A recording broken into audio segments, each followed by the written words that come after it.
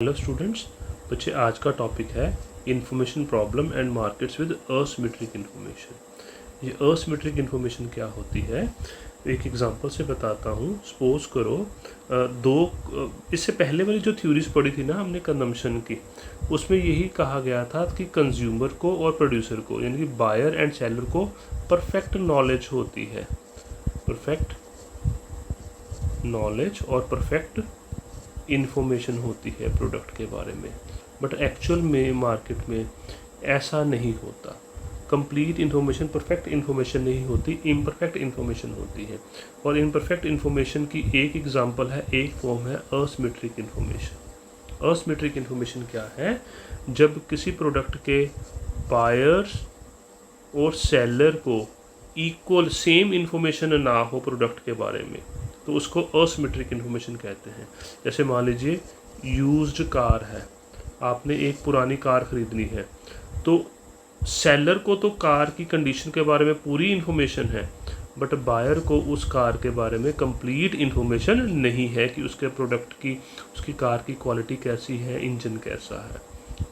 तो इस सिचुएशन में जब बायर को इन्फॉर्मेशन कम है, सेलर को इन्फॉर्मेशन पूरी है, इसको मार्केट्स विद असिमेट्रिक इन्फॉर्मेशन इसको कहा जाता है।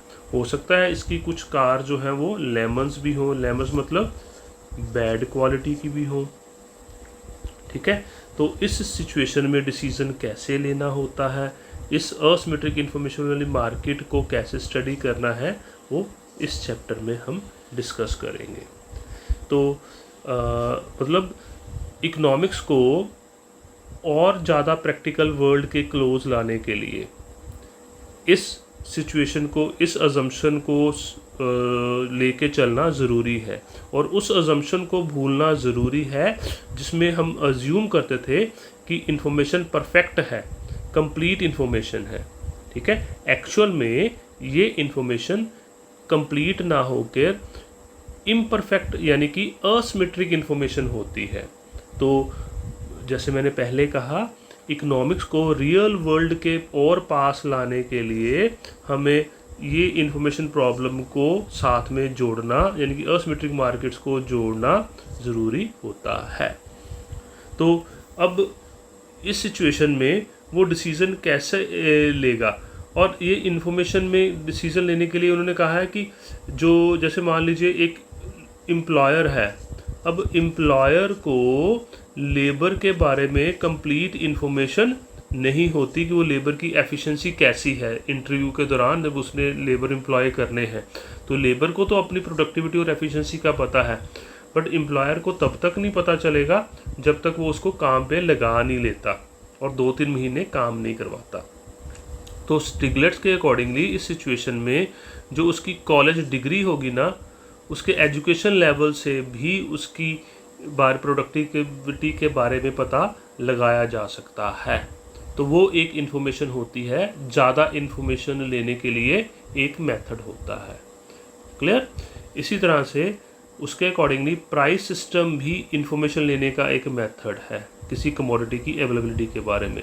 देश में जिस कमोडिटी की प्राइस जो है वो लो है, इट मीन्स वो कमोडिटी अबंडेंट है, और जिस कमोडिटी की प्राइस मार्केट में देश में हाई है, मीन्स वो स्केर्स कमोडिटी है, दुर्लभ कमोडिटी है। तो इसी तरह से इन्फॉर्मेशन लेकर भी इस प्रॉब्लम से दूर किया जा सकता है। क्लियर? बट करेक्ट इन्फॉर्मेशन लेना जो है वो ईजी नहीं होता, उसके लिए भी पेमेंट देनी पड़ती है। जैसे स्टॉक मार्केट के बारे में इंफॉर्मेशन लेने के लिए, कंपनीज के बारे में इंफॉर्मेशन लेने के लिए उसके लिए प्राइस देनी पड़ती है। यानी कि एक तरह से इंफॉर्मेशन भी दूसरी कमोडिटीज़ की तरह ही एक कमोडिटी है, बट ये दूसरी कमोडिटीज़ से डिफरेंट है, क्योंकि दूसरी जो फिज़िकल कमोडिटीज़ है, इनको ख़रीदने से पहले इनको हम फिज़िकली टच कर सकते हैं, टेस्ट कर सकते हैं, बट इन्फॉर्मेशन को हम पहले टेस्ट नॉर्मली नहीं कर सकते। जिस इन्फॉर्मेशन को हमने ख़रीदा है, मान लीजिए शेयर मार्केट के बारे में हमने इन्फॉर्मेशन को ख़रीदा है, वो इन्फॉर्मेशन गलत भी हो सकती है। आगे है मार्केट फॉर लेमन्स, मतलब bad quality products and adverse selection. अब इस असिमेट्रिक इन्फॉर्मेशन के कारण, असिमेट्रिक इन्फॉर्मेशन मतलब क्लियर हो गया ना आपको अब। असिमेट्रिक इन्फॉर्मेशन मीन्स जब बायर्स एंड सेलर्स के पास सेम इन्फॉर्मेशन ना हो के अलग अलग इन्फॉर्मेशन हो, तो उसको असिमेट्रिक इन्फॉर्मेशन कहते हैं। और सेलर के जो प्रोडक्ट है वो लेमन यानी कि बैड क्वालिटी के भी हो सकते हैं, तो उसमें एडवर्स सिलेक्शन की प्रॉब्लम आती है। क्लियर? एडवर्स सिलेक्शन क्या होता है? एडवर्स सिलेक्शन ये होता है कि जब बैड क्वालिटी प्रोडक्ट्स जो हैं वो गुड क्वालिटी प्रोडक्ट्स को मार्केट से आउट फ्रॉम मार्केट कर दें, उसको हम कहते हैं एडवर्स सिलेक्शन। ठीक है?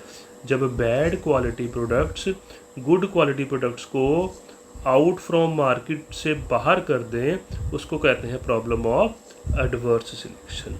इसको बच्चे मैं एक प्रॉब्लम एक एग्जांपल के साथ समझाता हूँ। क्या है ये पेज ना 2 बार फोटो स्टेट हुआ है, कोई बात नहीं।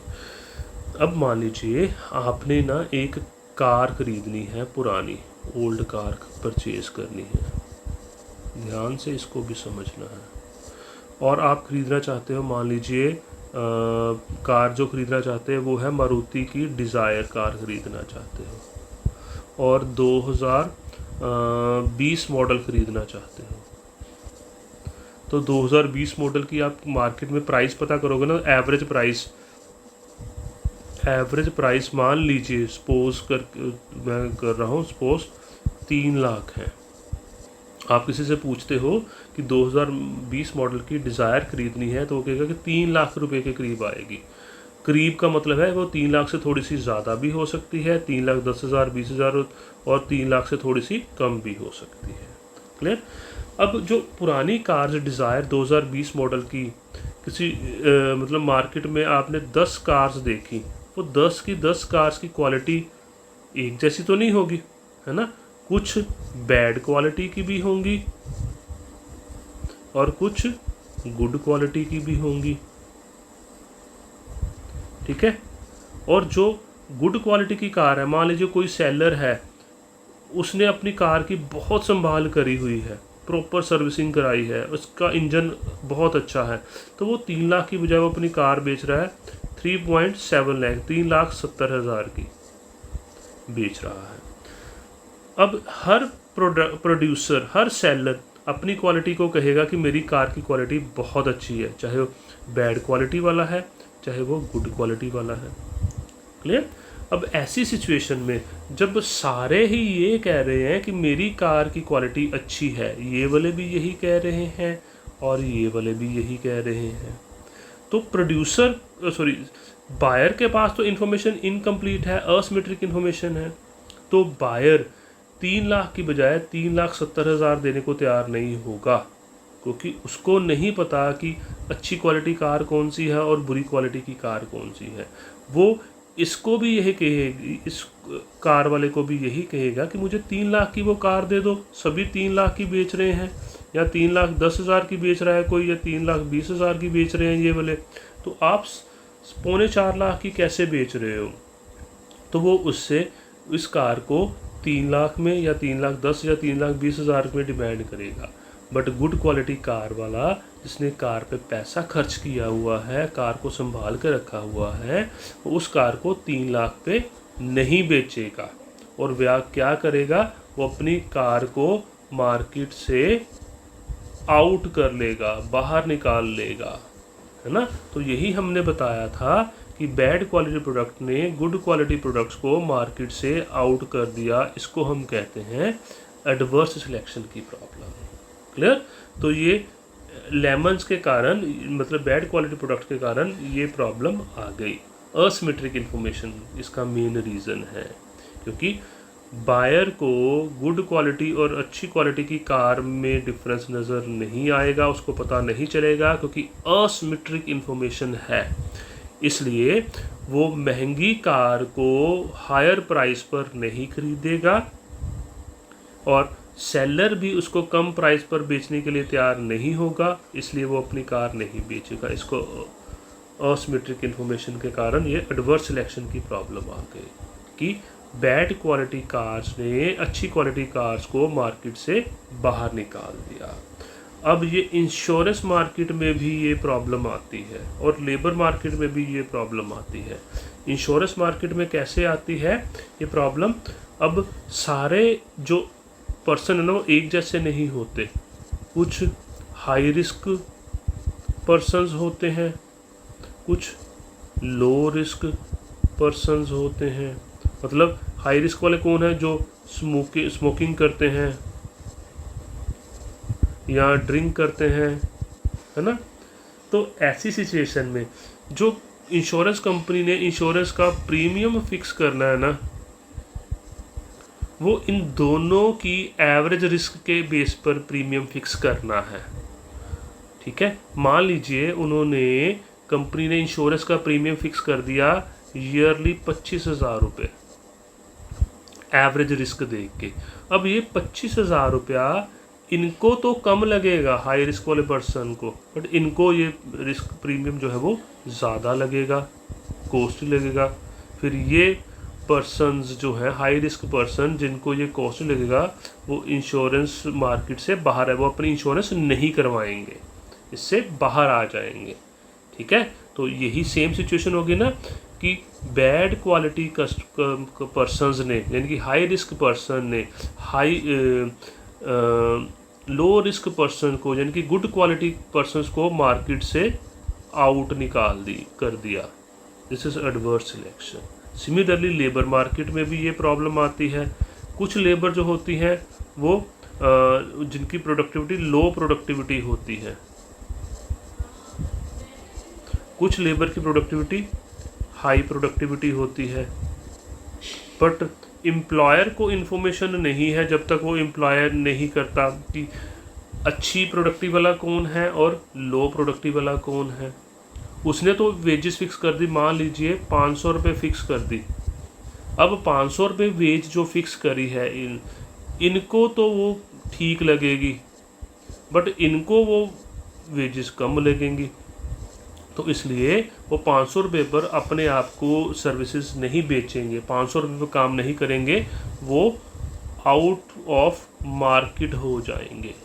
ठीक है, तो इस केस में भी बैड क्वालिटी वर्कर्स ने यानी कि लो प्रोडक्टिविटी वाले वर्कर ने हाई प्रोडक्टिविटी वाले वर्कर्स को मार्केट से आउट कर दिया। तो this is called as adverse selection. तो ये एडवर्स सिलेक्शन की प्रॉब्लम हमने देखा कि वो यूज्ड कार के केस में भी हो सकती है, इंश्योरेंस मार्केट के केस में भी हो सकती है और लेबर मार्केट के केस में भी हो सकती है, जिसमें बैड क्वालिटी प्रोडक्ट्स जो हैं वो अच्छी क्वालिटी के प्रोडक्ट्स को मार्केट से बाहर निकाल देते हैं, या हाई रिस्क पर्सन जो है वो लो रिस्क पर्सन्स को इंश्योरेंस मार्केट से बाहर निकाल देते हैं, या लो प्रोडक्टिविटी वाले वर्कर हाई प्रोडक्टिविटी वाले वर्कर को लेबर मार्केट से बाहर निकाल देते हैं। ये देखिए इस डायग्राम में ना लेबर का यूज्ड कार्स की प्राइस और एवरेज क्वालिटी में रिलेशनशिप शो किया गया। ये पॉजिटिव है कर्व, मतलब इन दोनों में प्राइस ऑफ यूज्ड कार में और एवरेज क्वालिटी में पॉजिटिव रिलेशन है कि जैसे जैसे एवरेज क्वालिटी बढ़ेगी कार्स की वैसे वैसे उसकी प्राइस भी बढ़ जाएगी, पॉजिटिव है। और इधर इक्विलिब्रियम दिखाया है, इधर प्राइस ऑफ यूज्ड कार्स है और इधर क्वांटिटी ऑफ यूज्ड कार्स है। ये सप्लाई कर्व है उनका SS। ठीक है, मतलब पॉजिटिव है कर्व, मतलब जैसे जैसे प्राइस ऑफ यूज्ड कार बढ़ेगी सप्लाई भी बढ़ती जाएगी। क्लियर? बट डिमांड कर्व जो है वो नेगेटिवली स्लोप्ड है, पहले पॉजिटिव है, नेगेटिव स्लोप नहीं, बैकवर्ड बेंडिंग है, यानी कि पहले पॉजिटिवली स्लोप्ड है फिर नेगेटिवली स्लोप्ड है। पॉजिटिवली स्लोप्ड क्यों है? शुरू में लो प्राइस पर जैसे जैसे प्राइस बढ़ेगी डिमांड भी बढ़ेगी, बट एक पॉइंट तक। इसके बाद अगर प्राइस और बढ़ जाती है ना कार की तो डिमांड कम हो जाएगी। क्लियर? तो इसलिए इसका कार्स का डिमांड कर्व, यूज कार का डिमांड कर्व ऐसे होगा, और ये इक्विलिब्रियम का प्राइस है, ये इक्विलिब्रियम का पॉइंट है, और ये इक्विलिब्रियम प्राइस है, और ये इक्विलिब्रियम क्वांटिटी है यूज्ड कार्स की। Thank you students.